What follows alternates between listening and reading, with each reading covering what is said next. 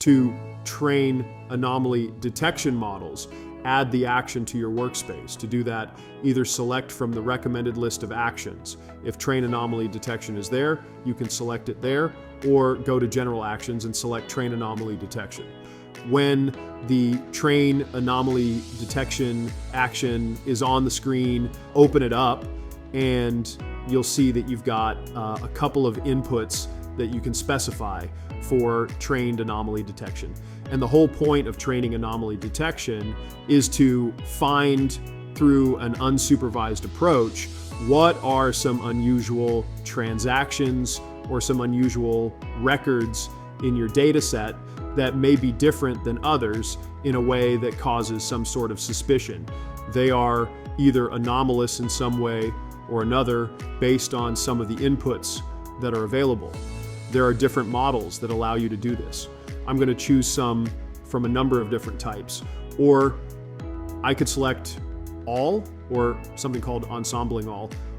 When I ensemble all, I'm using many and then combining them in a specific way automatically. So either choose anomaly, ensemble all, or select all if you're not sure which one of these specific ones would be helpful for you. Segment columns are like other segment columns. If I wanted to do a different anomaly based on smokers versus non-smokers, I can do that.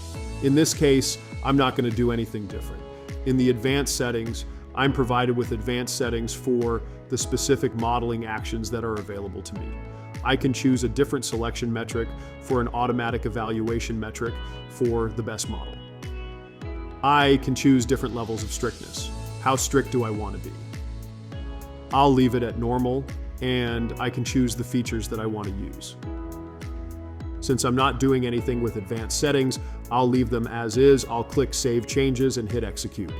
When my anomaly detection models are done executing, I'm presented with some results. I have results for the different modeling techniques that were selected, as well as any segments that were selected.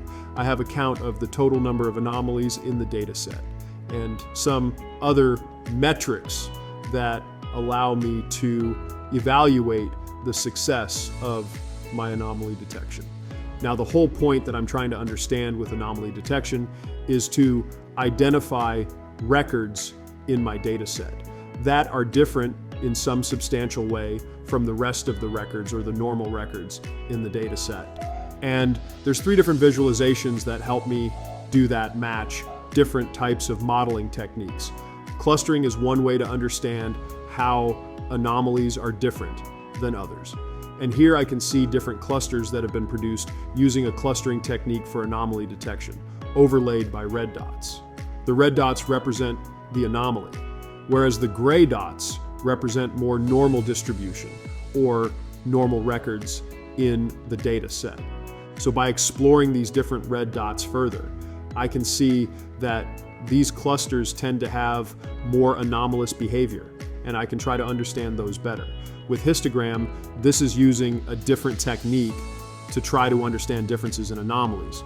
Here I see the gray bars that represent a normal distribution for BMI, or body mass index, and I can see the red bars that overlay a larger proportion of the anomalous behavior within that. So, for example, the higher the BMI, the more anomalous sort of behavior I have. And I can explore other types of behavior as well. So, for example, if I want to take a look at the number of children, I can see a distribution that's typical for a number of children. And I can also see where more anomalous behavior occurs according to this data set. The other way is through using a decision tree, or in this case, an isolation forest, to try to understand different anomalies.